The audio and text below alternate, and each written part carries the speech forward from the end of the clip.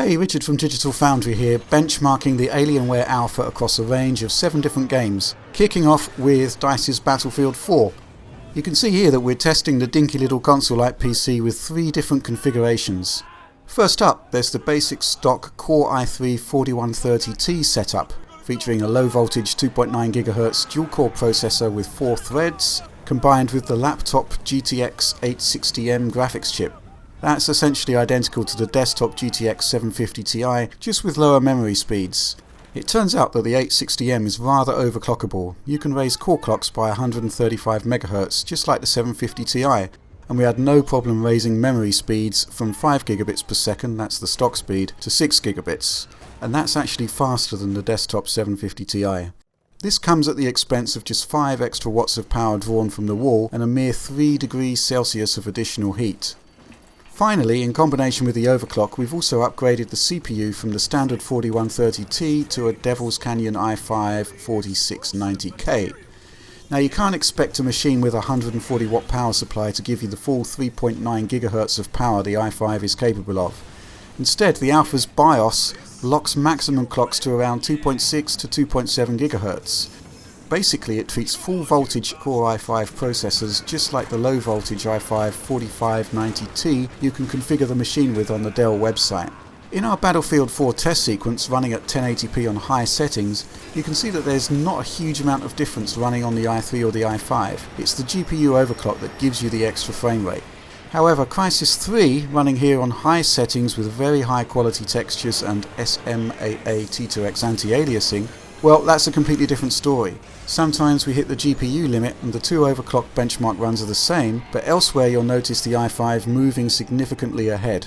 We'd recommend checking out our specific Crysis 3 Alienware Alpha video found elsewhere on the channel, as the benchmark run is just the tip of the iceberg here. The rest of the benchmarks show few surprises. Again, the GPU dominates. It's worth pointing out that although we're targeting 1080p resolution here, we're not running the games on ultra settings. Instead, we're typically running on high settings without multi-sampling anti-aliasing. The GTX 860M simply doesn't have the computational power or the bandwidth to go crazy with the quality settings. You really need to pick your battles carefully here, but you can still get some great results. Overall, the Alienware Alpha offers what we'd describe as entry-level enthusiast gaming hardware. It'll play any title you care to run on it, but you'll need to be realistic with your settings. Get the balance right and you should be able to enjoy most of the game's visual features, but sometimes compromises are required. Occasionally, taking a leaf out of the console's book isn't a bad idea. So for example, while our Battlefield 4 test in this video shows frame rate significantly below 60 FPS, adopting the BS4's 1600 by 900 resolution shores up the performance level significantly. And with Call of Duty Advanced Warfare, we could keep most of the settings at maximum and maintain PS4-like performance, but we did need to drop depth of field, motion blur and shadow quality to medium, which is very similar to what the PS4 does anyway. There's more games coming up, but in the meantime, thanks for watching.